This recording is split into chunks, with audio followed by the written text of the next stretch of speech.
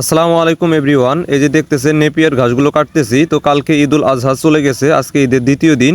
তো অনেকেই আত্মীয়র বাসা গেছে, বেড়াইতেছে, অনেক আনন্দ করতেছে। বাট আমরা যারা খামারি ছাগল গরু লালন পালন করি, আমাদের কিন্তু কাজের কোনো শেষ নাই।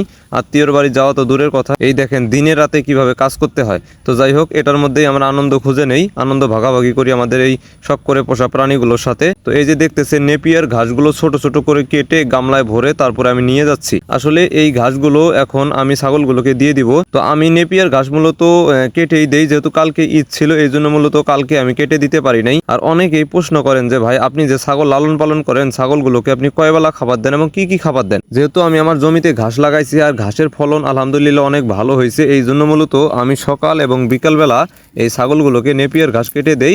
আর দুপুরবেলা ফিড, ভুসি, শুকনো খড় এগুলো দেই। মোট কথা 3 বেলা দেই। আর যেদিন আমি ছাগলগুলোকে মাঠে নিয়ে যাই, সেই দিন এই খাবারগুলো কিচ্ছু দিতে হয় না। সকালবেলা হালকা একটু ঘাস দিলেই সারাদিন মাঠে এরা খায়, আর সন্ধ্যার মধ্যে একটু ফিড ভুসি দিয়ে পানি দিই। এই তো খাবার রেসিপি। মোট কথা ছাগল পালতে গেলে আপনাকে কিছু জিনিস লক্ষ্য করতে হবে। মোট কথা ছাগল যদি আপনি পালেন, তাহলে ছাগলকে আপনার সবসময় সামনে খাবার দিয়ে রাখা যাবে না। ছাগলকে যদি আপনি সবসময় খাবার দিয়ে রাখেন, ছাগল খেতে চাইবে না, ছাগল শুকিয়ে যাবে, রুচি থাকবে না, বিভিন্ন সমস্যা হবে।